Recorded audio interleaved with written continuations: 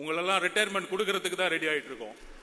உங்களுடைய 70 வருஷ அரசியல், உங்களுடைய ஒட்டுமொத்த மன்னராட்சி, குடும்ப ஆட்சி, 40 வருஷமா வேட்பாளர்னா இந்த அமைச்சர் பெரிய ஆளு, இந்த அமைச்சர் நிறைய செல்வாக்கு, நிறைய காசு வச்சிருக்கார், இந்த ஊழல் அரசியல் அமைச்சர்களையும் ஊழல் குடும்பத்தையும் தூக்கி எறிவதற்காக கட்சியுடைய உட்கட்டமைப்பை அமைதியாக பொறுமையாக உருவாக்கி கொண்டிருக்கிறார். கூடிய விரைவில் பொதுச் செயலாளர் அவர்கள் அறிவிப்பார்கள். கட்சியுடைய உட்டமைப்பு தமிழகமே எதிர்பார்க்கக்கூடிய ஒரு மிகப்பெரிய அதிர்வலையை உருவாக்கக்கூடிய ஒரு மாநாடை நடக்கும் பொழுது கட்சியுடைய உட்கமைப்பு எந்த அளவிற்கு 70 வருட கட்சிகளுக்கு நாம் ஒரு பெரிய சேலஞ்சா இருக்க போறோங்கிறத பதிவு செய்ய கடமைப்பட்டிருக்கிறோம். இதுக்கு நடுவில் எப்ப நம்மளுடைய போராட்டம் தொடர்ந்தாலும் மாநில அரசுடைய ஜனநாயகத்துக்கு எதிரான போராட்டமாக இருந்தாலும் ஒன்றிய அரசினுடைய தமிழர்களுக்கு எதிரான கொள்கைகளாக இருந்தாலும் போராடும் பொழுது ஒரு நெரேட்டிவை செட் பண்ணிட்டு இருக்காங்க. ஒரு கருத்தை உருவாக்கிட்டே இருப்பாங்க. அதை நான் இங்க பதிவு பண்ண நினைக்கிறேன். அண்ணா யூனிவர்சிட்டியில ஒரு மிகப்பெரிய பாலியல் பிரச்சனை உருவானது. இன்றைக்கு இருந்த ஆளும் கட்சி அதை மூடி மறைக்க பார்த்தாங்க. நம்மளுடைய தலைவர் ஸ்டேட்மெண்ட் வந்த பிறகுதான் தமிழகம் முழுவதும் எங்கே சார் என்கின்ற குரல் ஒலித்தது. ஒவ்வொரு பிரச்சனைக்கும் ஒவ்வொரு வினாடியும் குரல் கொடுக்கக்கூடிய இயக்கம். அப்படி குரல் கொடுத்துட்டு நம்மளுடைய ஒரே குறிக்கோள், நம்மளுடைய மாநாட்டில் தலைவர் அவர்களும் ஒட்டுமொத்த கட்சியும் ஒரு அஜெண்டாவை பிக்ஸ் பண்ணார். நம்மளுடைய ஒரே அரசியல் எதிரி திமுக, ஊழல், குடும்ப ஆட்சி, அதோடு சேர்ந்து கொள்கை எதிரி பிஜேபி. தமிழர்களுக்கு எதிரான கொள்கைகளை உருவாக்கக்கூடிய அரசை நாம் எப்பொழுதும் எதிர்ப்போம். இந்த டைரக்ஷன்ல நம்ம கரெக்டா போயிட்டு இருக்கும் பொழுது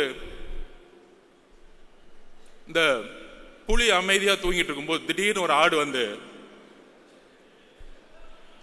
என்ன பார்க்க மாட்டீங்களா, என்னையும் பார்க்க மாட்டீங்களா அப்படின்னு என்ன நெரேட்டிவ் செட் பண்றாங்கன்னா, திமுக கூட்டணிய உருவாக்கிட்டோம், எதிர்கட்சிகளை எப்படி செட் பண்றது, எவ்வளவு பெரிய நெரேட்டிவ் தெரியுங்களா? இதுதான் மத்தியில் ஆளும் பிஜேபி செஞ்சுட்டு இருக்கு மற்ற மாநிலங்கள்ல. ஆனா இங்க எப்படி செய்யறாங்கன்னா, அதாவது போன 2ஆம் ஆண்டுக்கு பிரசாந்த் கிஷோர் வந்தார். ஒரு நண்பரா ஒரு ஆலோசனை சொல்லலாம்.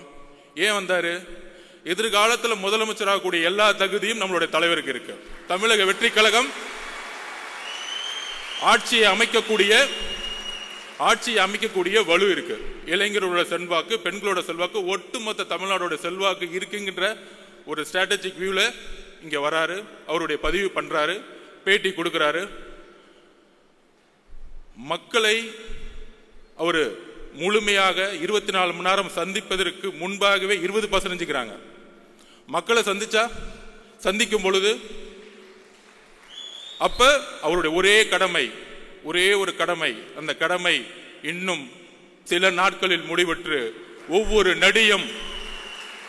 நொடியும் மக்களை நோக்கி என்னுடைய தலைவரும் இங்க கட்சியில் இருக்கக்கூடிய ஒவ்வொரு பொறுப்பாளர்களும் வரும்பொழுது மக்களுடைய உண்மையான பிரச்சனைகளை சொல்லக்கூடிய ஒரே தலைவராக கட்சியாக தமிழகத்தில் இருக்கும்.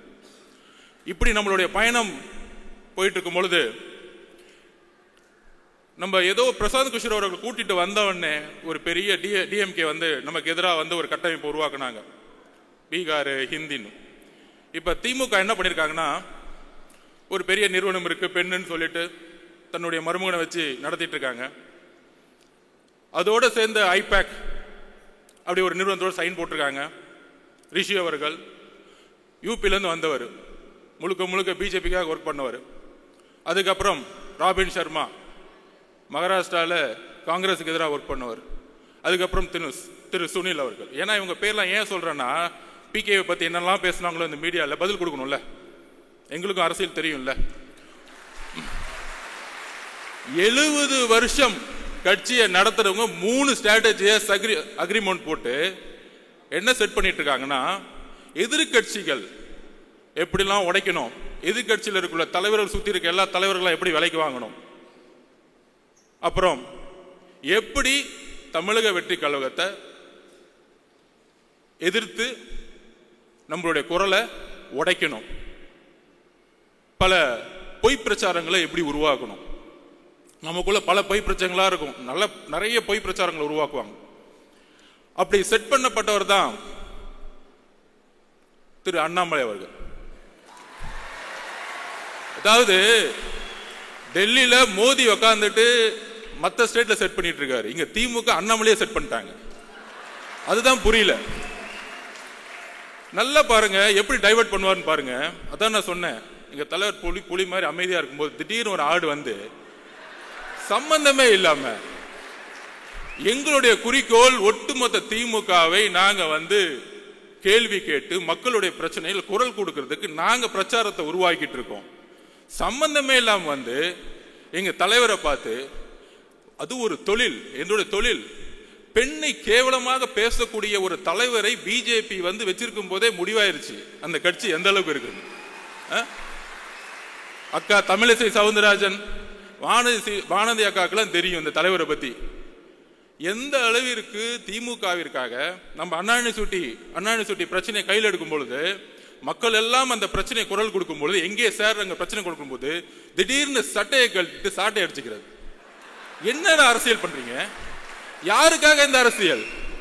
பாவம் மோடி அவர்கள் டெல்லியில உட்கார்ந்து நமக்காக ஒரு பையன் சாட்டையில் அடிச்சிட்டு இருக்கான், நமக்காக ஒரு பையன் கத்திக்கிட்டு இருக்கான், நமக்காக ஒரு பையன் வேலை செஞ்சுட்டு இருக்கான் நினைக்கும் போது அங்கதான் பிரச்சனை இருக்கு. இந்த ஸ்ட்ராட்டஜிஸ் எல்லாம் வந்திருக்காங்களே, அப்பயே கரெக்ட் பண்ணி முடிச்சுட்டாங்க பிஜேபியில. யார தலைவரே கரெக்ட் பண்ணிட்டாங்க. இனி வரும் காலங்களில் எங்கள் தலைவரையும் கட்சியும் தொட்டால் உங்களுடைய உண்மையை தூக்கி எறிவோம் மக்கள் மத்தியில். எழுதி கொள்ளுங்கள். எங்க மேல நீங்க எதுவும் சொல்ல முடியாது. நாங்க ஒண்ணு 10 வருஷம் ஆட்சியில இல்ல, ஊழல் பண்ணல, ஊழல் பண்ண பணத்தை போய் லண்டன்ல வச்சு கொண்டாடல. நாங்க தெளிவா இருக்கிறோம். ஏன் தலைவர் வருஷத்துக்கு 1000 கோடி ரூபாய் சம்பாதிக்கிறத விட்டுட்டு வராரு. நீங்க ஆட்சிக்கு வந்துட்டு ரெட் ஜெயின் கம்பெனி நடத்தி சினிமால சம்பாதிச்சுட்டு இருக்கீங்க. இதுவா அரசியல்? 2018 2021 ரெட் ஜெயின் கம்பெனியுடைய வருமானம் என்ன? 2021 ஆட்சி அமைத்த பிறகு ரெட் ஜெயின் கம்பெனியுடைய வருமானம் என்ன? அரசியல் அதிகாரத்தை வைத்து சம்பாதிக்கக்கூடிய எந்த செயலும் ஊழல் தான்.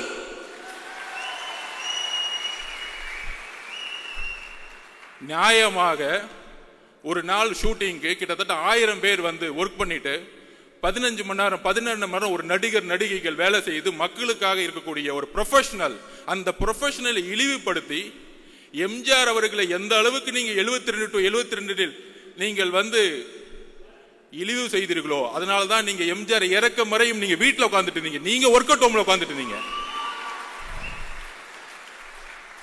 2 மாசம் பொறுமையா உட்கார்ந்து கட்சியோட உட்கட்டமைப்பை உருவாக்கிட்டு இருக்காரு. எதற்காக?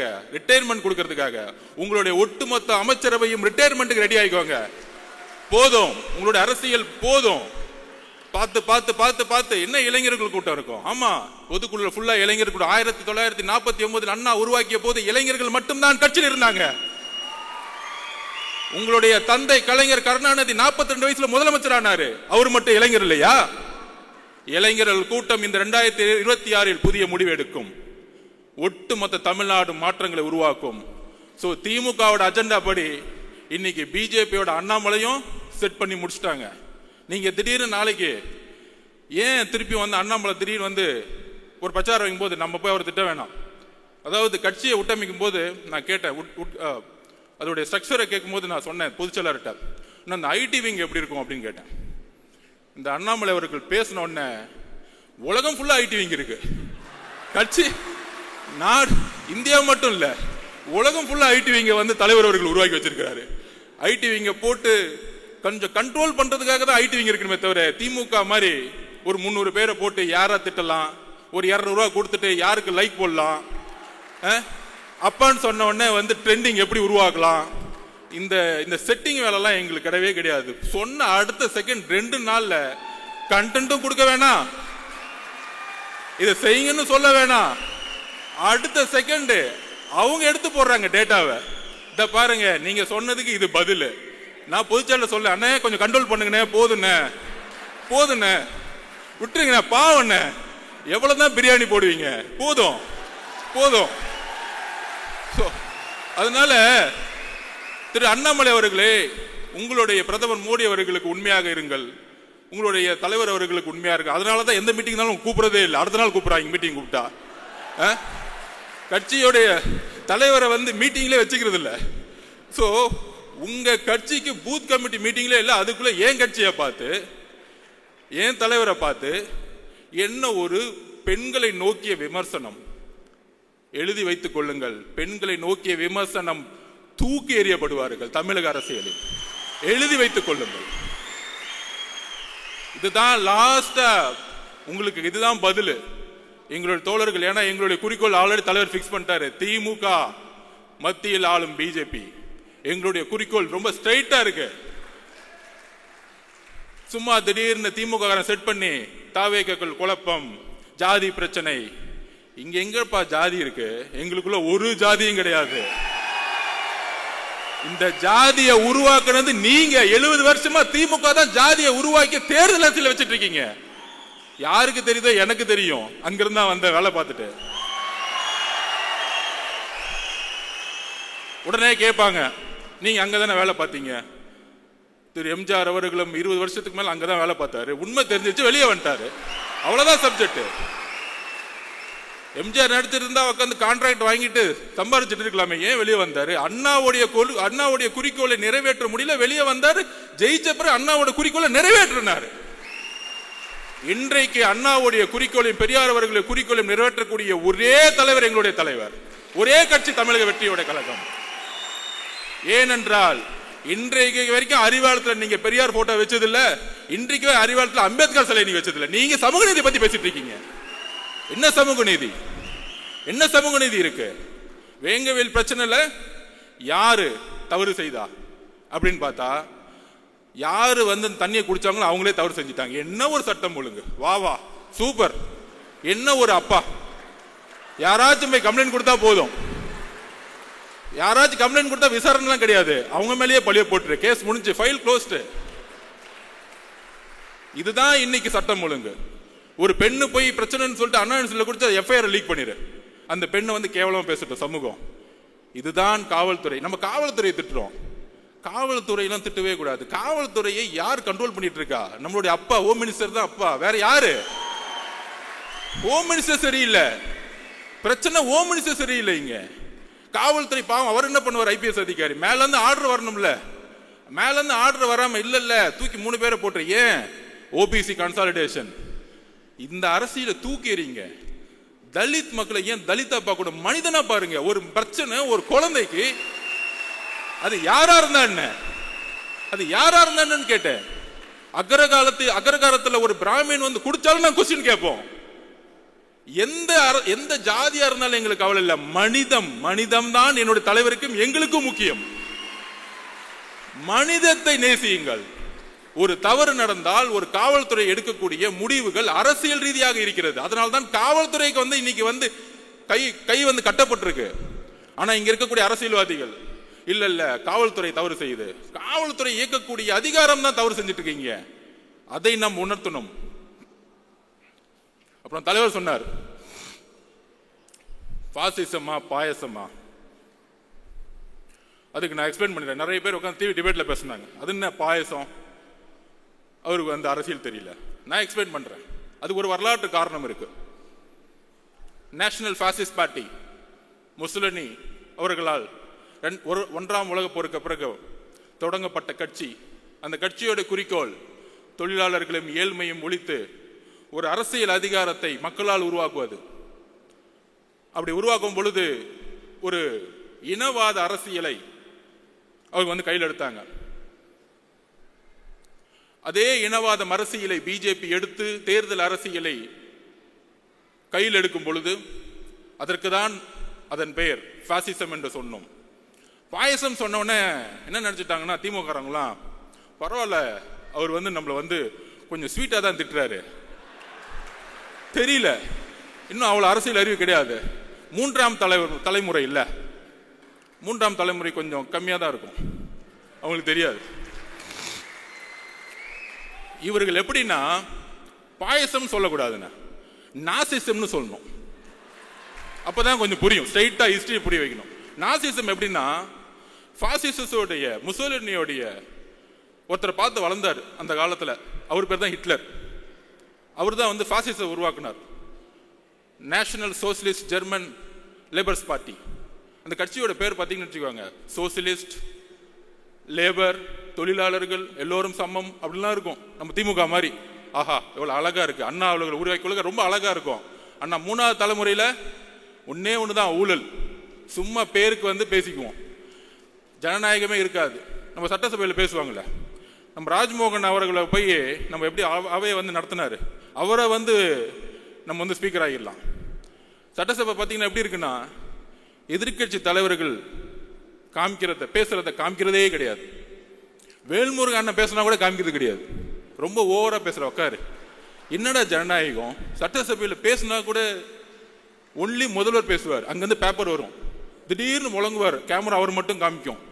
எதிர்கட்சி தலைவரை நான் கேட்கிறேன், எதிர்கட்சி தலைவர் சபையிலே இருக்க மாட்டார், வெளியே போயிருப்பாரு, அவரை பார்த்து கேட்டுட்டு இருப்பாரு. 10 மானிய கோரிக்கை ஒரே நாள் நிறைவேற்றப்படும். உங்க அப்பா கலைஞர் காலத்துல கூட நிறைவேற்ற முடியல, பண்ணதில்லை. எவ்வளவு பெரிய தவறு! மானிய கோரிக்கைங்கிறது ஒவ்வொரு டிபார்ட்மெண்டோடைய ஒரு உயிர் நாடி. ஒவ்வொரு நாளும் மக்கள் அந்த எதிர்கட்சி தலைவர்களும் ஒவ்வொரு உறுப்பினர்களும் ஒவ்வொரு மானியத்தை நோக்கி கல்வி மானியம் இருந்தா உட்காந்து 2 நாள் டிபேட் பண்ணுவாங்க. ஆனா இன்னைக்கு எப்படி பிஜேபியோடைய பாராளுமன்றம் நடக்குதோ அங்கேயாச்சும் லைவ் போடுறாங்க, இங்க லைவும் கிடையாது. ஆனா இங்கிருந்து எம்பிகள் போய், நம்ம அக்கா கனிமொழி அக்காலாம் போய், ஜனநாயகம் பறிக்கப்படுகிறது, ஜனநாயகம் பறிக்கப்படுங்க, பேச விடல. இங்க என்ன நடக்குது? எல்லாரையும் பேச விடுறீங்களா? எத்தனை நாள் சட்டமன்றம் நடக்குது? மக்களுடைய குரல் வலிகளை நீங்கள் வந்து சட்டசபையில நெருக்கணும்னு நினைக்கிறாங்க. அங்கதான் ஜனநாயகம் இல்லை. சட்டசபையிலே ஜனநாயகம் இல்லைன்னா வீதிகளில் எப்படி ஜனநாயகம் இருக்கும்? இங்க ஜனநாயகமே இல்லை. சோ நான் சொல்ல வந்தது என்னன்னா, எப்படி ஹிட்லர் முசோலினி பார்த்து வளர்ந்தாரோ அதே மாதிரி நம்மளுடைய இன்றைய திமுக, அண்ணா இருக்கும்போது திமுக வேற, கொஞ்சம் அடுத்துக்கு அப்புறம் வந்தவங்க வேற. நம்ம கலைஞர் வந்தவொடனே கொஞ்சம் குடும்ப திமுகவா மாத்தினாரு, ஒரு 10 குடும்பம் இருக்கும். இப்ப திமுக அப்படின்னா ஒரே குடும்பம், 10 குடும்பம் எல்லாம் கிடையாது, எல்லாரும் கிளம்பு, எல்லாம் ஒரே குடும்பம் தான். என் பையன், அடுத்தது இன்னொருத்தர் இருக்கார், மருமகன், 2 பேர் தான். மித்த 10 குடும்பம். இதுதான் கலைஞர்கிட்ட இருந்தும் இன்னைக்கு இருக்கக்கூடிய முதல்வருக்கும் உள்ள வித்தியாசமே. அங்க வேணாலும் நல்ல அப்பாவா இருக்கிறார், தமிழகத்திற்கு அப்பாவாக நீங்கள் இல்லை. கள்ளக்குறிச்சியில் 70 பேர் இறந்தாங்க. 70 பேர் இறக்கும் பொழுது நீங்கள் அங்க போகல. ஏன் போல? எதுக்கு போல? கள்ளக்குறிச்சியில் இறந்த உடனே ஐஏஎஸ் மாத்துறாங்க, ஐபிஎஸ் மாத்துறாங்க. ஒரு வார்டு கவுன்சிலருக்கு நம்ம ஒரு வீடு கட்டினா வந்து நிக்கிறாரு, எனக்கு ஏன்டா கமிஷன் கொடுக்க மாட்டேங்கிற வீடு கட்டுறேன்னு. அப்ப இவ்வளவு பெரிய கலாச்சாரம் காய்ச்சற உங்களுக்கு அந்த துறையோட அமைச்சருக்கு ஒன்னும் தெரியாதா, அங்க இருக்க எம்எல்ஏக்கு ஒன்னும் தெரியாதா, கவுன்சிலருக்கு ஒன்னும் தெரியாதா, ஐஏஎஸ் ஆபீசர் மட்டும் சஸ்பெண்ட். என்ன ஒரு அரசியல்! விசாரணை கமிஷன் என்னாச்சு? 70 பேர் இறந்தாங்க, என்னாச்சு? எல்லாம் க்ளோஸ், ஃபைல் க்ளோஸ். தமிழக மக்கள் மறந்துடுவாங்க, நம்ம 1000 ரூபாய் கொடுத்துட்டா போதும். அப்புறம் சொல்ற மாதிரி டக்குன்னு வந்து பட்ஜெட்டுக்கு அப்புறம் இன்னைக்கு பாத்தீங்கன்னு வச்சுக்குவாங்க, பட்ஜெட்டுக்கு வெளியே ரூன் போட்டுருவாங்க. தமிழ் மேல நேசிக்கிறாங்களாம், பட்ஜெட்டுக்குள்ள ஒண்ணுமே இருக்காது. அதாவது எப்படி வந்து ஒருத்தர் கோடீஸ்வரன் கேட்டா பேரை வந்து கோடீஸ்வரன் பேர் வச்சிருங்க, கோடீஸ்வரன் எல்லாம் அந்த மாதிரிதான் ரூன்னு போட்டுட்டாங்க. பட்ஜெட் வந்து சிறந்து விளங்கிருச்சு. 5 லட்சம் கோடி லோனு, எல்லா லோனையும் மறைச்சாச்சு, ஆனா வளர்ந்துருச்சு. ஸோ இந்த மாதிரி பொய் மீடியா செட்டிங்ஸ், அப்புறம் யூடியூப்ல ஒரு 20 பேர் செட்டிங்ஸ், எங்க பார்த்தாலும் நம்ம திறந்தோம்னா அப்படியே அவங்க மட்டும்தான் தெரியும். இல்லை நடுவில் நம்ம அண்ணாமலை வந்து திடீர்னு டைவர்ட் பண்ணி விடுவார் நம்மளை திட்டின உடனே. ஆனா இப்போ அவங்களுக்கு பயம் வந்துருச்சு, என்னப்பா நம்மளை கொஸ்டின் கேட்கறதுக்குலாம் ஆளே கிடையாது, இத்தனை நாள் வரைக்கும் ஒருத்தர் வந்துட்டாரு, இவர் எப்படி அடக்கிறது? இவரு மக்கள் பயணத்தில் வரும் பொழுது பேரதிர்வுகளை ஏற்படுத்தும். அவர் கேட்கக்கூடிய ஒவ்வொரு கேள்வியும் மக்கள் மனசில் இருக்கக்கூடிய கேள்வி கேட்கக்கூடிய சிந்தனைகளா மாறும். இதை தான் பயப்படுறோம். அதனாலதான் தமிழக வெற்றி கழகத்தின் மீது கடுமையான எதிர்ப்புகளும் ஆளுங்கட்சி, எதிர்கட்சி, ஒன்றிய கட்சி, எல்லா கட்சி எதிரி. நீங்க யார் கூட சேர்ந்தாலும் சரி, சிங்கிளா மெஜாரிட்டியோட எங்களால் ஜெயிக்க முடியும். அதுக்கு சொல்லுவாங்க நிறைய அரசியல் புலிகள், தரவுகள் பாத்தீங்கன்னா, இல்ல இல்ல இவ்வளவு பர்சன்டேஜ் தான் இருக்கு, எவ்வளவு பர்சன்டேஜ் தான் இருக்கு அப்படிலாம் செட் பண்ணிட்டு டிஎம்கேக்கு ஃபேவரா வந்து எல்லாம் கிளீனா பேசிட்டு இருப்பாங்க. எந்த அளவுக்கு வந்து நடிப்புனா, கெட் அவுட் மோடின்னு ஒரு பிரச்சாரத்தை உருவாக்குவாங்க திமுக. எல்லா ஊடகவியலாருக்கும் நான் பதிவு பண்றேன். நமக்கு வந்து பார்த்தா தெரியும், நம்ம எல்லாம் ஒன்றிய அரசு பயங்கரமா திமுக தான் இருக்கு. தமிழ்நாட்டில் வந்து ஒன்றிய அரசை பிஜேபி எதிர்க்கக்கூடிய ஒரே கட்சி அப்படிங்கிற ஒரு பிரச்சாரத்தை தவிர இந்த 3 எலெக்ஷன் வேற எந்த அஜெண்டா அவங்களுக்கு கிடையாது. எலெக்ஷன்ல ஜெயிக்கிறதுக்கு மட்டும்தான் பிஜேபியை வந்து அவங்க வந்து எதிர்க்கக்கூடிய ஒரு விஷயம். கெட் அவுட் மோடின்னு இப்ப திடீர்னு ஒரு பிரச்சாரத்தை உருவாக்குவாங்க. ஆனா கெட் அவுட் மோடின்னு சொல்லும்போது மோடி ஊர்லயே இருக்க முடியாது தமிழ்நாட்டில். ஆனா மோடி வரும்பொழுது அப்பாவும் பையனும் போயிட்டு வெள்ள கொடையை பிடிச்சிட்டு இருப்பாங்க அப்படி ஏர்போர்ட்ல. நான் சத்தியமா பார்த்தது இல்லை. மழை பெஞ்சா நம்ம கருப்பு கலர்ல தான் கொடையை பிடிச்சிருப்போம். ஸோ அந்த அளவிற்கு பிஜேபியோட மறைமுகமாக இப்ப அதிமுக போய் சேர்ந்தாங்க, விமர்சனம் வருது, மக்கள் முன்னாடி நிக்கிறாங்க, மக்கள் வந்து ஏத்துக்கல, அதனால வந்து அதிமுக தோல்வி வருது, பிஜேபினால தோல்வி வருது. ஏன்னா முதல் நாளே முஸ்லீம், கிறிஸ்டியன்ஸ், நம்ம தலித் தோழர்களுடைய ஓட்டு 18% இழந்துருவாங்க பிஜேபி கூட யார் சேர்ந்தாலும். இது எல்லோருக்கும் தெரிந்த அரசியல். அப்ப அட்லீஸ்ட் இந்த மக்கள் முன்னாடி நிக்கிறாங்க, தோல்வியை அக்செப்ட் பண்றாங்க, அவங்க வந்து விமர்சனத்தை எதிர்கொள்றாங்க. ஆனா மிகப்பெரிய ஆபத்து என்ன தெரியுமா? எதிர்க்கிற மாதிரி எதிர்த்துட்டு இங்க வந்து நாடகம் ஆடிட்டு இருக்காங்க பாத்தீங்களா, இந்த அண்ணாமலை அவர்கள் கூடயே வச்சுக்கிட்டு. இதுதான் மிகப்பெரிய ஆபத்து. அதனால்தான் நம்ம நாசிசம்னு சொல்றோம். முசோலினி, ஹிட்லர் 2 பேரும் சேர்ந்துகிட்டு ஒரு அரசியலை இங்க உருவாக்கி கொண்டிருக்கிறார்கள். அந்த அரசியலை தமிழகத்தில் தூக்கி எறியக்கூடிய ஒரே கட்சியாகவும் தலைவராகவும் இருப்பதனாலதான் நம்ம மேல இவ்வளவு பெரிய விமர்சனங்கள் வருது. அதை நம்ம புரிஞ்சுக்கணும். ஏன்னா இங்க இருக்க கட்சியில் இருக்கக்கூடிய ஒவ்வொரு நிர்வாகிகளும் அடுத்த 13 மாதங்கள் தேர்தல் பிரச்சாரத்தில் நாம் ஒன்று சேர போறோம். உங்களுக்கு கீழே இருக்கக்கூடிய 70,000 பூத் மெம்பர்ஸ் நீங்க தான். இந்த வேர்கள் தான் நம்மள வந்து சென்ட் ஜார்ஜ் கோட்டையில தலைவர் அவர்களை உட்கார வைக்க போகுது. இங்க இருக்கக்கூடிய ஒவ்வொரு நிர்வாகிகளும் கடுமையான போராட்டத்திற்கு நம்ம வந்து மனசு வச்சுக்கணும். கடுமையா கண்டிப்பா எஃப்ஐஆர் போடுவாங்க, மிரட்டுவாங்க, போராட்டம் நடத்தின அவ்வளோ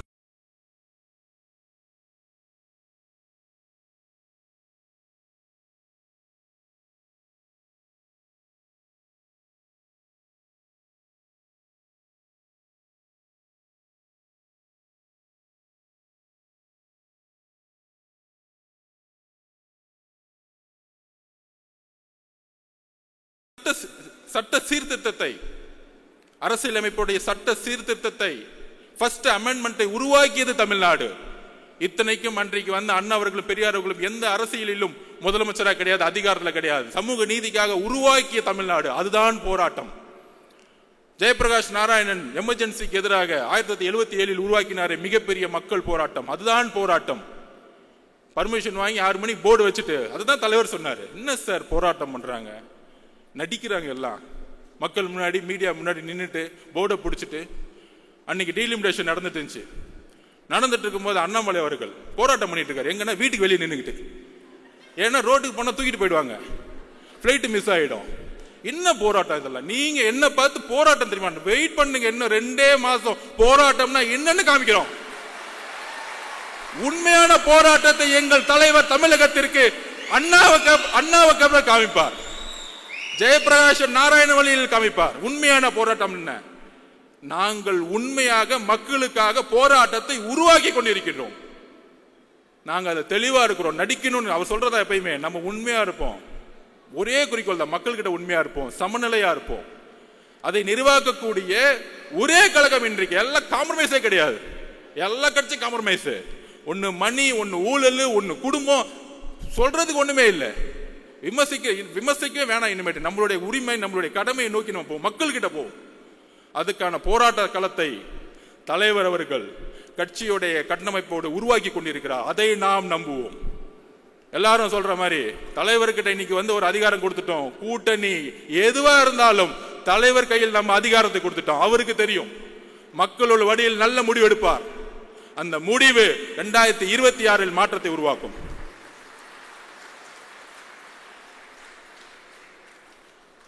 நான் ஏன் பிஜேபியும் டிஎம்கேவும் ஒண்ணுன்னு சொல்றேன்னா, இது கூட்டணி கட்சிகளுக்கு புரியணும். அதை நான் தரவுகளோட பதிவு பண்றேன். அது உதாரணம் சொல்லணும்ல. ஏதோ ஒரு குற்றச்சாட்டு பண்ணிட்டு நம்ம அப்படியே கிளம்பிட்டோம். எதா இருந்தாலும் ஃபேக்ட் இருக்கணும். தலைவர் சொல்லுவாரு ஃபேக்ட் இருக்கணும், தெளிவு இருக்கணும். அதுக்கு நான் பதிவு பண்றேன். 2014 ஜெயலலிதா மேடம் இந்தியா முழுவதும் பிஜேபியோட அலை இருந்துச்சு. ஆனா மேடம் ஜெயலலிதா ஒரு செட் பண்ணாங்க, மோதியா லேடியா, தேர்ந்தெடுத்த தலைவி, தமிழகத்தினுடைய தலைவி. அதோடைய நெரேட்டிவ் தான் 19 திமுக கையில் எடுத்தாங்க. மதவாதத்திற்கு எதிரான அரசியல் அதை கையில் எடுத்தாங்க. கடுமையான ஒரு பிரச்சார மூலம் மிகப்பெரிய வெற்றி. அந்த வெற்றி அப்ப திமுக ஒன்று சொன்னாங்க, திரு ராகுல் காந்தி அவர்கள் பிரதம மந்திரி வேட்பாளர், அவர்தான் எதிர்காலத்தில் இந்தியாவை வழிநடத்த முடியும். திமுக அதற்கு ஒரு மனதாக குரல் கொடுக்கிறோம். வெஸ்ட் பெங்காலையும் போய் சொன்னார். ஆனா ஜெயிச்சுட்டு வந்த பிறகு 2021 என்ன செட்டிங் நடந்துச்சு டெல்லியில, இந்தியா அலைன்ஸ் உருவாக்குனாங்க. நீங்க இப்ப யோசிச்சு பாருங்க. 2004 நான் ஸ்டூடெண்டா இருக்கும்போது கலைஞர் ஒரு கூட்டணியை உருவாக்குவார். சோனியா காந்தி மேடத்தை வச்சு ஒரு பெரிய அலைன்ஸ் தீவுத்தொடர்ல மீட்டிங் போட்டு ஜனநாயகத்துக்கு எதிரான குரலை உருவாக்கிறோம்னு சொல்லிட்டு ஃபர்ஸ்ட் மீட்டிங் தமிழ்நாடு தான் உருவாக்கும். இந்தியாவுடைய ஒட்டுமொத்த கூட்டணியும் யாங்கிருந்து உருவாங்கன்னா தமிழ்நாட்டில இருந்து உருவாக்குவாங்க. பிரதம மந்திரி தேர்ந்தெடுக்கக்கூடிய வலிமையை தமிழ்நாட்டில இருந்து உருவாக்குவாங்க.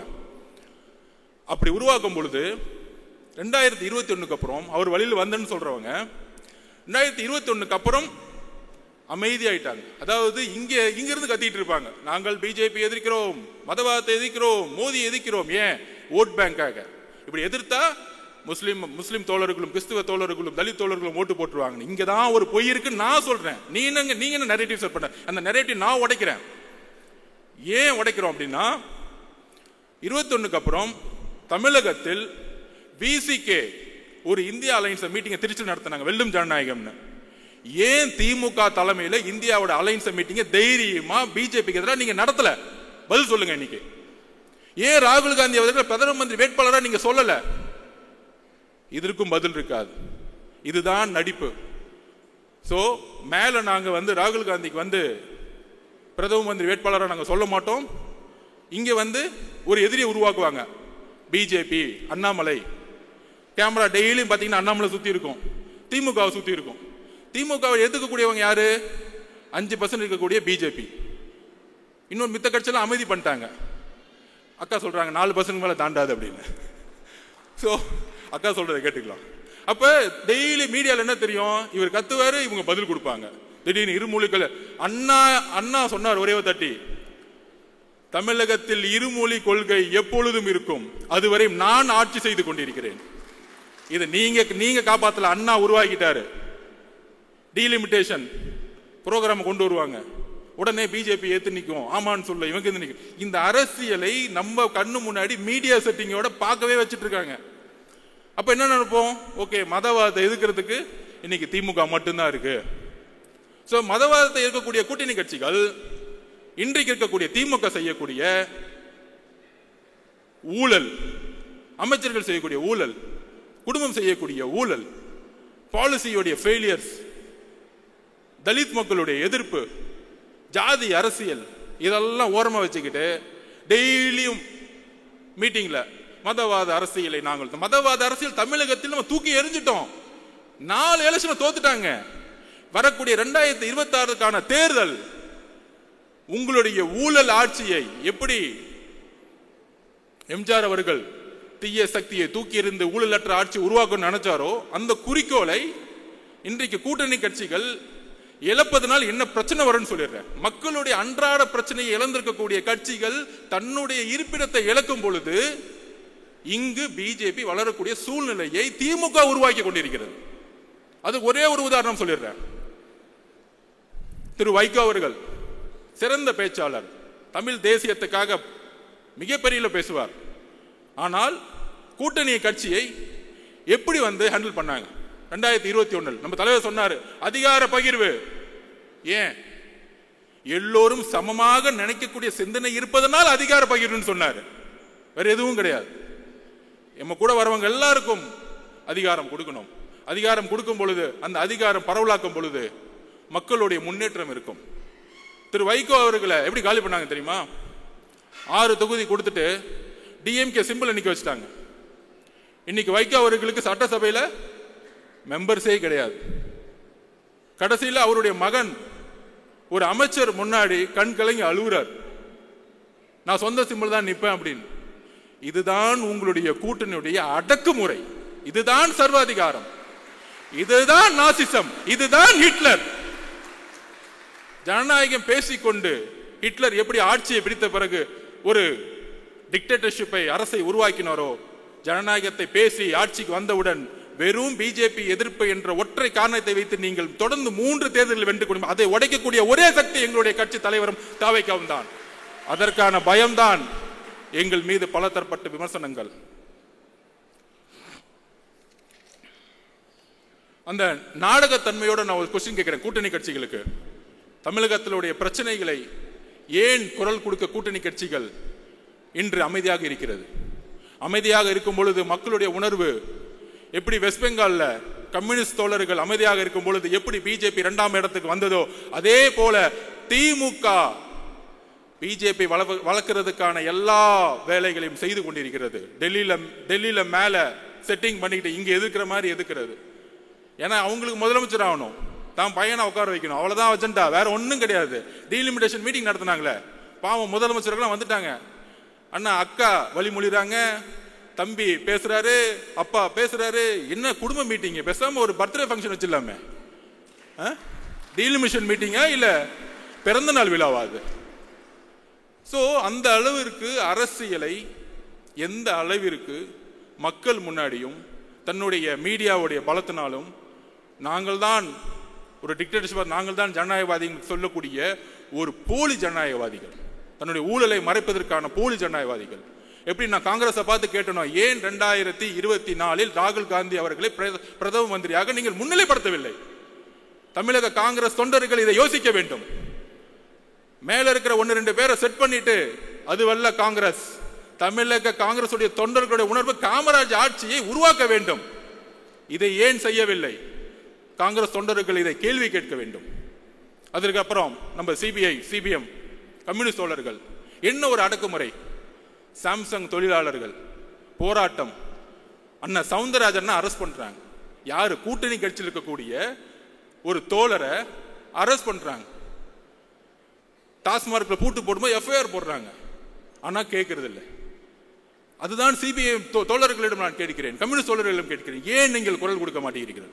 எதற்காக கேட்டா பிஜேபி வந்துடும். பிஜேபியை மக்கள் தொடை தெரிந்து விட்டார்கள். அதை நாம் நம்புவோம், அதை நாம் நம்புவோம். மக்களுக்கான உண்மையான அதிகாரத்தை உருவாக்கக்கூடிய அரசியலை உருவாக்குவோம். நாங்க ஏன் உங்களை விமர்சிக்க மாட்டேங்கிறோம்னா, நீங்க 40 வருஷமா மக்களுக்காக போராடி போராடி தியாகம் பண்ண தலைவர்களாக நாங்க வந்து உங்களுக்காக பேசிட்டு இருக்கோம். எங்களுடைய எதிர்ப்பு ஊழல்வாதிகளுக்காக. இதுக்காக கூட்டணிக்காக அர்ஜுன் பேசுறாரு. நோ, பிஜேபி உள்ள விடாம இருக்குன்னா பிசிகே இருக்கணும், கம்யூனிஸ்ட் இருக்கணும், காங்கிரஸ் இருக்கணும். நாங்கள் உண்மையாக முழக்கமிடுகிறோம். அரஸ்ட் பண்ணிட்டு ஜனநாயகத்தை குரலை உடைச்சிட்டு அதுல அமைச்சரை மீட்டிங்ல அமைச்சர் பேசுறாரு. தஞ்சாவூர்ல தான் இருக்கிறார் இண்டஸ்ட்ரி, அவர் ஒரு பண்ணையாரு. 10 மணி நேரம் மீட்டிங் போகுது. மீடியால பேசுறது பாருங்க, எவ்வளவு பெரிய அவமானம் கூட்டணி கட்சிகளுக்கு. 10 மணி நேரம் மீட்டிங் பேசுறாரு. மீட்டிங் முடிச்சுட்டு வெளியே வந்த உடனே அந்த அமைச்சர் சொல்றாரு, நாங்க 10 மணி நேரம் பேசிட்டு இருக்கோம், இவங்க எதுக்காக வந்து பேசிட்டே இருக்காங்கன்னு தெரியல. டேய் அறிவு கட்டவங்களே, அவங்க என்ன கேட்கிறாங்க? தொழிற்சங்கம் உருவாக்க வேண்டும். ஏன் உருவாக்கணும்? தமிழகத்தில் 53% சர்வீஸ் இண்டஸ்ட்ரி, சேவைத்துறை, 34% உற்பத்தி துறை, 13% வேளாண்மை துறை. 3 துறைகளும் லேபர்ஸ் டிபார்ட்மெண்டா மாறி இருக்கு. ஒட்டுமொத்தமாக தொழிலாளர்கள் நிறைந்த தமிழ்நாடாக இன்னைக்கு மாறி இருக்கு. அப்ப தொழிலாளர்களுக்கான சட்டத்தை யார் உருவாக்குவா? புதுசா பாண்டட் லேபர் சிஸ்டத்துல வந்து 3000 8000 சம்பளத்துக்கு நீங்க வேலைக்கு அனுப்புறது ஒரு பெரிய விஷயமா? அப்படியே பொருளாதாரத்தை உருவாக்க முடியும்? அப்ப கம்யூனிஸ்ட் தோழர்கள் போராடுறாங்க. இந்திய அரசியல் சாசனத்தோடைய உரிமை தொழிற்சங்கத்தை உருவாக்க வேண்டும். தலைவரிடம் கோரிக்கை வைக்கிறேன், இனி நாம் தொழிற்சங்கத்தை தமிழகம் முழுவதும் உருவாக்குவோம். உங்களுடைய பெயருக்காக, நம்மளுடைய கட்சிக்காக தொழிற்சங்கத்தை மிகப்பெரிய உருவாக்குவோம். அந்த தொழிலாளர்களுக்காக போராடக்கூடிய ஒரே இயக்கம் தமிழக வெற்றி கழகமாக மாறும் கூடிய விரைவில். நீங்கள் குரல் கொடுக்கவில்லை என்றால் தமிழக வெற்றி கழகம் இருக்கிறது. தோழர்களே, நாங்கள் உண்மையோடு உங்களோடு பயணிக்க கொள்கை அடிப்படையில் தேர்தல் அரசியல் கூட்டணி இதெல்லாம் தூக்கி போடுங்க. முதல்ல மக்களுடைய பிரச்சனையை பத்தி மெதுவா பேசிட்டே இருப்போம். தேர்தல் அரசியல 2 மாசத்துக்கு முன்னாடி வச்சுக்கலாம். அந்த பிரச்சனையை பேசக்கூடிய தலைவரையும் மக்களையும் தான் மக்கள் தேர்ந்தெடுப்பார்கள். எழுதி வைத்துக் கொள்ளுங்கள். அடுத்தது நம்ம மனிதநேய மக்கள் கட்சி ஜவஹர் அண்ணன் ஆட்சி வரத்துக்கு முன்னாடி கோயம்புத்தூர் இருக்க முஸ்லிம்கள் விடுவிக்கப்படுவார்கள் மனித நேயத்தின் அடிப்படையில். ஆட்சி வந்த பிறகு சுப்ரீம் கோர்ட்ல அவங்கெல்லாம் வெளியே விட்டா சமூக நல்லிணத்துக்கு பிரச்சனை ஏற்படுத்திடும். யார் பண்றது? தமிழக அரசு. அதுக்கு அடுத்த வாரமே திமுக மேடையில திமுக உறுதி கொடுத்த மாதிரி முஸ்லிம் தோழர்களை வெளியே அமைச்சிருவோம். என்ன ஒரு நடிப்பு, என்ன ஒரு முரண்! இந்த முரண்களை ஏன் இன்னும் கொஸ்டின் கேட்காம இருக்கிறோம்? நம்ம இந்த முரண்களை நம்ம கேள்வி எழுப்பணும். தோழர்கள் இங்க இருக்கக்கூடிய ஒவ்வொரு மாவட்டத்திலும் போது நம்மளுடைய முஸ்லிம் தோழர்களை பார்க்கும் பொழுது கேள்வி கேட்கணும். நம்ம இப்தார் விருது நடத்துறோம், தலைவர் வந்துட்டார், உடனே திமுக இருந்து நமக்கு தெரியும் யார் யார் வச்சுலாம் திட்டுவாங்கன்னு. திட்டுனா தைரியமா திட்டுங்க, அதெல்லாம் பின்னாடி வந்து திட்டுறது 10 பேரை வச்சுக்கிட்டு அந்த பயம் இருக்கட்டும் எங்க தலைவரை பார்த்து. அவ்வளவுதான் சொல்லுவேன் நான். ஏற்கனவே ஒருத்தர் திட்டு, ஏற்கனவே நம்ம தலைவர் அண்ணாமலை திட்டி 2 நாள் நல்லா வாங்கி கட்டிக்கிட்டார். தம்ம எங்க உலகம் முழுச போனை திறந்தா போனை பார்க்கும் போதுதான் திட்டிட்டு இருக்காங்க. அவரை போனை பார்க்கவே முடியல. இதுதான் எங்களுடைய ஐடிவிங்க. நீங்க ஐடிவிங்க உருவாக்கிங்க, உலகம் முழுச ஆல்ரெடி உருவாகி கிடக்கு. அப்ப எந்த அளவிற்கு ஒரு இப்தார் விருந்துல ஒரு நாள் 4 மணிலிருந்து நம்மளுடைய முஸ்லிம் தோழர்கள் மாதிரியே நோன்பு இருந்து தலைவர் வந்து அதோடைய முறைப்படி அவர்களுடைய ஒரு நோம்பில் பங்கெடுத்துக்குன்னு வரும் பொழுது அடுத்து முடிஞ்சான விமர்சனம், இது ஆயிருச்சு அப்படி ஆயிருச்சு, அடுத்த நாள் போலீஸ் கம்ப்ளைண்ட். என்ன ஒரு திமுக என்ன பயம்? நாங்க பாட்டிக்கு ஒரு விருது முடிச்சுட்டு நாங்க பாட்டிக்கு எங்களுடைய கட்சி வேலையை பார்த்துட்டு இருக்கும்போது அப்ப நான் ஒரு கொஸ்டின் கேட்கிறேன். நீங்க முஸ்லிம்களுக்கு தோழர்கள்னா 1999 திரு கலைஞர் அவர்கள் பிஜேபி தலைமையிலான கூட்டணியை பங்கெடுத்தார். குறைந்தபட்ச செயல் திட்டம் உருவாக்கணும். இன்றைக்கு பிஜேபியோடைய வளர்ச்சியும் அடித்தளமும் உருவாக்கப்பட்டது 1999 to 2004. அதுல பங்கெடுத்த முக்கியமான பார்ட்னர் டிஎம்கே. நாங்க பேசலாமா உங்க அரசியல? அதுல அன்னைக்கு 2001 காலகட்டங்கள்ல முஸ்லிம் தோழர்கள் கோத்ரால வந்து மிகப்பெரிய இழப்பு இருக்கும் பொழுது ஏன் நீங்க ரிசைன் பண்ணல? முஸ்லிம் தோழர்கள் 2000 பேர் இறந்துட்டாங்க. இந்த கூட்டணியிலிருந்து நாங்க வெளியே வரோம். ஏன் கேட்கல? ஏன் வெளியே வரல? ஏன்னா 10 அமைச்சர்கள் அங்க ஃபுல் கட்டிங், டெய்லி மணி, கரப்ஷன், பணம், அதிகாரம். இந்த முஸ்லிமுடைய தோழமை, கிறிஸ்துவ தோழமை எல்லாம் தலைவர் சொன்ன மாதிரி கபட நாடகம். நாடகத்தோடைய கட்டமைப்பு. எங்களுடைய தலைவரும் கட்சியும் உணர்வு பூர்வமாக 234 தொகுதியிலும் இன்னைக்கு நோன்பு இருந்துட்டு இருக்காங்க. அதுக்கான அழைப்பை கொடுத்துட்டு இருக்காங்க. நாங்கள் உண்மையாக இருக்கிறோம் மக்களிடம். எங்களுடன் பிரிவு கிடையாது, மதத்தின் பால் பிரிவு கிடையாது, ஜாதியின் பால் பிரிவு கிடையாது, பாலின பால் பிரிவு கிடையாது. நாங்கள் எல்லாம் ஒரே மக்கள் என்கின்ற ஒரு குரல் தமிழகத்தில் தலைவர் மூலம் நாங்கள் ஒலித்துக் கொண்டிருக்கிறோம். அப்புறம் நம்ம விசிக அண்ணனுக்கு ஒரு கேள்வி. வேங்கவேல் பிரச்சனைக்கு ஏன் திருமாவளவன் போல? யாரு தடுத்து நிப்பாட்டினா? எந்த அதிகார சக்தி தடுத்து நிப்பாட்டினாங்க? எங்களுடைய தலைவர் விகடன் மேடையில் ஒட்டுமொத்த கிராம மக்களையும் அழைத்து அவருடைய பிரச்சனைகளை கேட்டு அவர்களுக்கான மரியாதை கொடுத்த அடுத்த மாதத்தில் காவல்துறை என்ன ஒரு கேவலமான செயல்! விகடன் பத்திரிகையில் அவர் பேட்டி கொடுத்திருப்பாங்க. அந்த 3 பேர் கைது செய்தவங்க. நாங்க மழை தண்ணி குடிக்கும் பொழுது கூட எங்களுக்கு இந்த அவமானம் இல்லை, ஆனால் நாங்கள் தான் அந்த தண்ணியை கலந்தோன்னு சொல்லக்கூடிய அவமானம், நாங்க தற்கொலையே பண்ணிக்கலாம்னு சொல்லக்கூடிய வேதனையை அந்த பேட்டியில் நம்ம பார்த்தோம். உடனே ஒரு கேள்வி, நீங்க வேங்கவேல் போல போவாரு, சொல்யூஷன் கொடுக்க போவாரு. உங்களை மாதிரி கேமரால பார்த்துட்டு கட்டி பிடிச்சிட்டு போக வரல. நிரந்தர முடிவு என்ன? இந்த பிரச்சனைக்கு நிரந்தர முடிவு என்ன? நிரந்தர முடிவு அங்க இருக்க அரசியல் அதிகார சக்தியை கைது செய்யணும். இதுக்கான காரணமானவர்களை அப்ப தலித் பிரச்சனைகள் எவ்வளவு பிரச்சனைகள் இங்க போயிட்டு இருக்கு. கொடி ஏத்த முடியல, ஒவ்வொரு நாளும் ஒவ்வொரு பிரச்சனை. பொருளாதாரம் வந்துச்சுன்னா மலத்தை கலக்கிறது, படிச்சா வாயில வெட்டுறது, பைக் ஓட்டினா கையை வெட்டுறது, காவல்துறை வேடிக்கை பார்த்துட்டு இருக்கோம். இதுக்கு எல்லாம் காரணம் உள்துறை அமைச்சர். கூட்டணி கட்சி தயவு செய்து பேசுங்க. உங்களுடைய மேஜர் பார்ட்னர் விசிக்கு ஏன் அமைதியாக்கப்படுது? அண்ணா, உங்கள் மீது எங்களுக்கு மரியாதை இருக்கிறது. நீங்கள் தான் 40 வருடமாக குரல் கொடுத்தீர்கள். இன்றைக்கு நாங்கள் குரல் கொடுத்துக் கொண்டு இருக்கிறோம். உங்களுடைய உழைப்பையும் உங்களுடைய பயணத்தையும் நாங்கள் இழிவுபடுத்தவில்லை. ஆனால் திமுக என்கின்ற ஒரு கட்சி உங்களை ஒட்டுமொத்தமாக வைகோ அவர்களை எப்படி கூட இருந்தே கட்சியை க்ளோஸ் பண்ணாங்களோ அதே மாதிரி விசிகேவை நீ க்ளோஸ் பண்ண வச்சிட்டு இருக்காங்க. எப்படி மோதி கூட சேரவங்க எல்லாம் காலி பண்ணுவாரோ அதே தான் எக்ஸாம்பிள் இவர் தான். கூட இருக்கவங்க எல்லாம் கட்சியை கலைச்சிட்டு எல்லா கட்சி 2ஆம் கட்ட தலைவர்களும் எல்லாம் வாங்க, இப்படி பின்னாடி வாங்க, எல்லாம் சீட்டு கொடுத்துருவோம். கடைசியில் 6 தொகுதி திமுக சிம்பிள் நில்லு. திமுக சிம்பிள் நின்னா நாங்க எதுக்குடா கட்சி ஆரம்பிக்கணும்? நாங்க எதுக்கு மக்களுக்காக போட வரோம்? திமுகலே சேர்ந்துடலாமே. அப்ப எந்த அளவிற்கு ஜனநாயகத்தை இங்க கேள்விக்குறியாக்கி பிஜேபியோட வழியில் இணைந்து இன்னைக்கு ஒரு அரசியலை உருவாக்கி கொண்டிருக்கிறார்கள். இதுதான் தமிழக மக்கள் விழிப்புணர்ச்சியோடு இனி சிந்திக்க வேண்டும். நம்மளுடைய தோழர்கள் இது சிந்திக்க வேண்டும். நமக்குள்ள ஒரு ஒற்றுமை இருக்கணும்.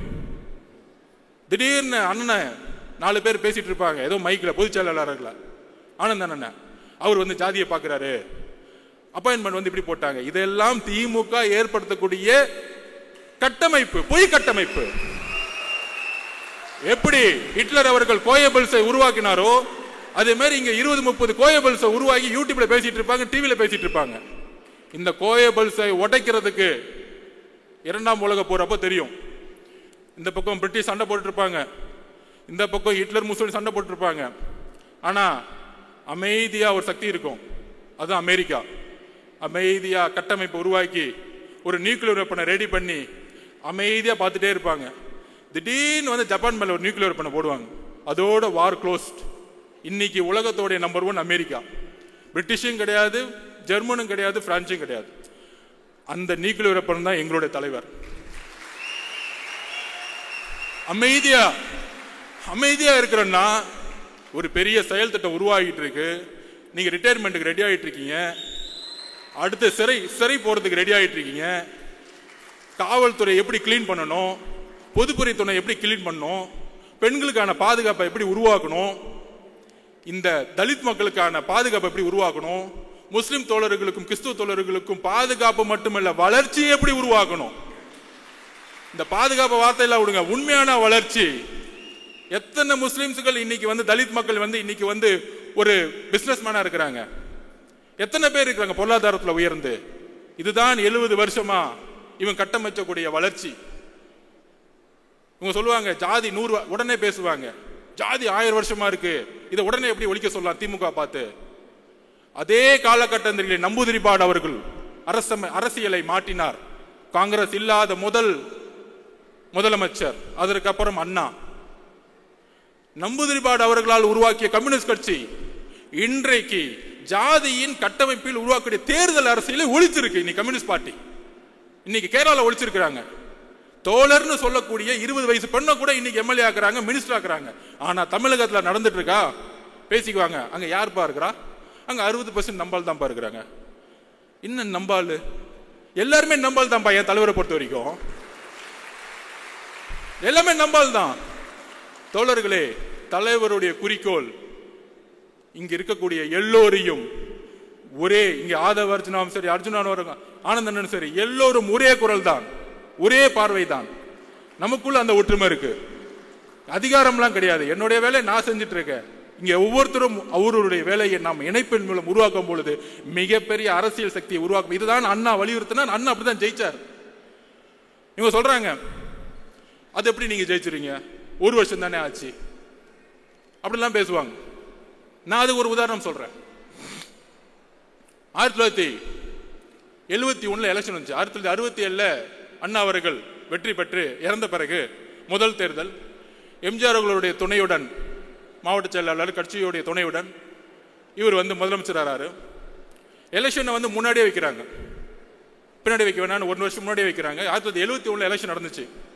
எம்ஜிஆர் அவர்களுடைய போராட்டம், எம்ஜிஆர் அவர்களுடைய பிரச்சாரம், கட்சியுடைய ஒட்டுமொத்த பொதுக்குழு, மாவட்ட செயலாளர், கட்டமைப்பு எல்லாம் திமுக கிட்ட இருக்கு, கலைஞரிடம் இருக்கிறது. பணம் இருக்கு, முதலமைச்சர், ஆட்சி அதிகாரம். நீங்க சொல்லக்கூடிய 1949 இருந்து அண்ணா அவர்கள் உருவாக்கிய கட்டமைப்பை கலைஞர் கையில் வச்சுட்டு இருக்கார். எவ்வளவு பெரிய சக்தி! கலைஞரும் ஒரு இளைஞர், எவ்வளவு பெரிய சக்தி! இந்த சக்தியை ஒரு துரோகத்தின் அடிப்படையில் எம்ஜிஆர் அவர்களை வெளியே அனுப்புறாங்க. எம்ஜிஆர் வெளியே வரும்போது எந்த மாவட்ட செயலரும் கூட கிடையாது, கட்சி கட்டமைப்பு கிடையாது. தோழர்கள், இதுதான் நீங்க புரிஞ்சுக்கணும். கட்சி கட்டமைப்பு கிடையாது, பெரிய பணபலம் கிடையாது. ஆனால் எம்ஜிஆர் அவர்கள் 1977 ஜெயிச்சு இறக்கும் வரைக்கும் ஜெயிச்சுட்டே இருந்தார். அதுக்கான காரணம் தெரியுமா? கலைஞரிடம் கட்டமைப்பு, பணபலம், அதிகாரம், காவல்துறை எல்லாம் இருந்துச்சு. ஆனா வெற்றி பெற்றதுக்கு காரணம், எம்ஜிஆருக்கான காரணம் ஒன்னே ஒண்ணுதான். எம்ஜிஆரிடம் உண்மை இருந்தது, கலைஞர்களிடம் அநீதி இருந்தது. மக்கள் உண்மையை நம்பினார்கள், மக்கள் உண்மையை நம்பினார்கள். அதனாலதான் நீங்க சொல்லக்கூடிய 45%, 30%. 1971 கலைஞர் எடுத்த பர்சன்டேஜ் என்ன தெரியுமா? 48%. 184 தொகுதி, கூட்டணி சேர்ந்து 203 தொகுதி. இத்தனை மிகப்பெரிய வெற்றியை இன்றைய வரைக்கும் எந்த தலைவரும் பெற்றது கிடையாது. எம்ஜிஆருடன் சேர்ந்திருந்ததால், துரோகத்தால் அந்த வெற்றியை 1977 இழந்தார். அப்ப கலைஞரும் திமுகவும் அடைந்த, அண்ணா உருவாக்கிய கட்டமைப்போடு திமுக ஏற்பட்ட ஓட் பேங்க் என்ன தெரியுமா? 24%. 48% எப்படி 24% குறைந்தது? ஏனென்றால் மக்கள் உங்களிடம் உண்மை என்பதை புரிந்து கொள்ளும் பொழுது 24% மக்கள் வெளியேறி உண்மையான தலைவரிடம் இணைந்தார்கள். அப்படி உண்மையாக மக்கள் நம்மளுடைய தலைவரிடம் இணையக்கூடிய காலம் 2026. இதுதான் நான் உதாரணமா சொல்றேன். இந்த உதாரணம், இந்த கணக்கெடுப்பு, இன்னுமேட்டு கணக்கெடுப்பு பேசக்கூடிய புலிகளுக்கு பதில் இதுதான். இந்த புலிகளுக்கு எல்லாம் பதில் சொல்ல வேணாம். அது புலிகள் இல்ல, எலிகள், திமுகவுடைய எலிகள். நிறைய எலிகளை விட்டுருக்காங்க, அது கண்டுக்கூடாது. நம்ம டிவியை பார்க்கறத விட்டுட்டு நம்ம பயணத்தை நம்மளுடைய களத்துக்கு தைரியமா சொல்லுவோம். நீங்கள் தான் இந்த நாட்டின் மன்னர்கள் மாதிரி. நாம் வெற்றி பெறும் பொழுது மன்னர் குடும்பம் அகற்றப்பட்டு நாம் மன்னர்களாக உருவாக்கக்கூடிய தலைவரை நாம் உருவாக்கி இருக்கிறோம். அதே மாதிரி அடுத்த ஒரு விஷயம், நம்ம எல்லாம் மனசை உடைக்கிறதுக்கு எல்லாம் பேசிக்குவாங்க. இல்ல பெரிய கூட்டணி திமுக, மக்களுடைய பிரச்சனைகளை தினமும் பேசாத எந்த கூட்டணியும் எவ்வளவு பெரிய தோல்வி அடைங்கிறதுக்கு ஒரு உதாரணம் சொல்றேன். 2011 தேர்தல், 2011 தேர்தலில் ஒரு விமர்சனம் ஜெயலலிதா அம்மாவை பார்த்து, தூங்கிட்டு இருக்காங்க, உடம்பு சரியில்லை, கட்சியில் இருக்கவங்க வெளியே போயிட்டாங்க, கட்சி கட்டமைப்பு போயிருச்சு. அப்ப எழுதி வச்சுக்கோங்க, திமுக 30%, கலைஞர் என்ன நினைச்சாரு? திமுக 30%, காங்கிரஸ் சேர்த்துக்கிட்டா 10%, 40%, பிஎம்கே 8%, 48%, விசிகே 3-4%, எல்லாரையும் சேர்த்து 55%. 2011 200 தொகுதி ஜெயிச்சிருவோம்னு ரிப்போர்ட் கொடுத்தாங்க. இதே மாதிரி தான் இப்ப சொல்லிக்கிறாங்களே, 200 தொகுதியை ஜெயிச்சிருவோம். அப்ப அவங்க அப்பா 2011 சொல்லிக்கிட்டாரு 200 தொகுதியில் ஜெயிச்சிருவோம் அப்படின்னு. மக்கள் 2 மாசம் தான் பிரச்சாரம். அதான் சொன்ன, தேர்தல் அரசியல் நம்ம லாஸ்ட் 2 மாசம் பார்த்துக்கலாம். 2 மாசம் தான் பிரச்சாரம். ஜெயலலிதா அம்மானால 203 தொகுதியில் ஜெயிச்சு எதிர்கட்சி தலைவர் கூட ஆகல நீங்க. இதுதான் அரசியல், இதுதான் மக்கள். பெரிய கூட்டணி, கூட இருக்கிற கால்குலேஷன், இதெல்லாம் மக்கள் முன்ன எடுபடாது. நீங்கள் மக்களிடம் உண்மையாக இருக்கிறீர்களா? இந்த கூட்டணி மக்களிடம் உண்மையாக இருக்கிறதா? அந்த தேர்தல் 2011 காங்கிரஸ், அதே காங்கிரஸ் 8% வாங்கினாங்க, பிஎம்கே அதே % வாங்கினாங்க. ஆனா திமுக 22% போயிட்டாங்க. திமுகனால கூட்டணி கட்சிகளே தோத்துட்டாங்க. கூட்டணி கட்சிகள் நல்ல கட்சிகள் தான், அவங்க ஊழல் பண்ணல, பிரச்சாரம் வாழ்க்கை புதுசா போராடிட்டு இருப்பாங்க. கம்யூனிஸ்ட் தோழர்கள், பிசிகே தோழர்கள் போராடிட்டு இருப்பாங்க, நல்ல தலைவர்கள்.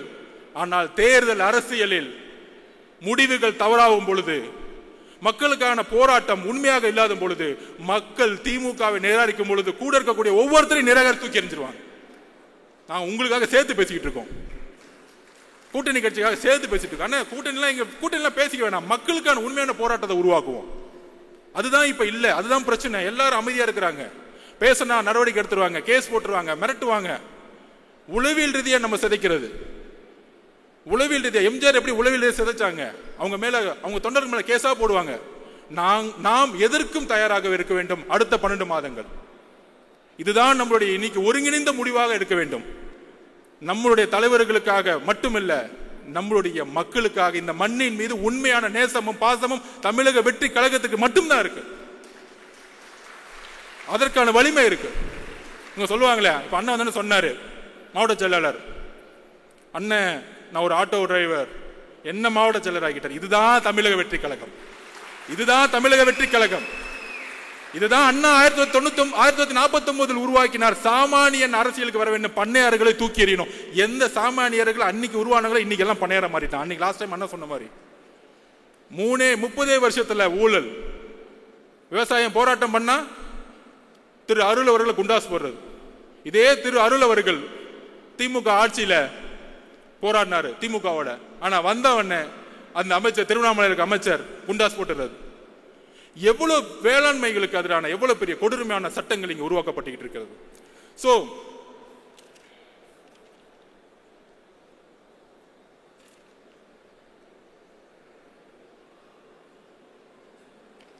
விமர்சனம்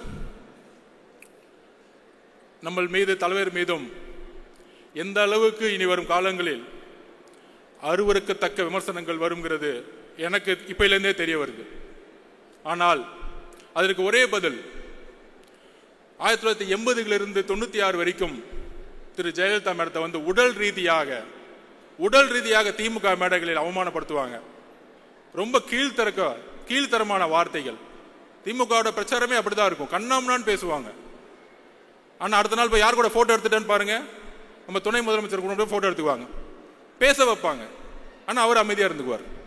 அந்த மாதிரி அருவருக்கத்தக்க ஒரு விமர்சனங்கள் வரும் பொழுது ஜெயலலிதா மேடம் பதில் சொன்னாங்க, பொறுமையின் மூலம் பதில் சொன்னாங்க. 2014 234 தொகுதி தனியா ஜெயிச்சு காமிச்சாங்க, தனியா நின்று ஜெயிச்சு காமிச்சாங்க.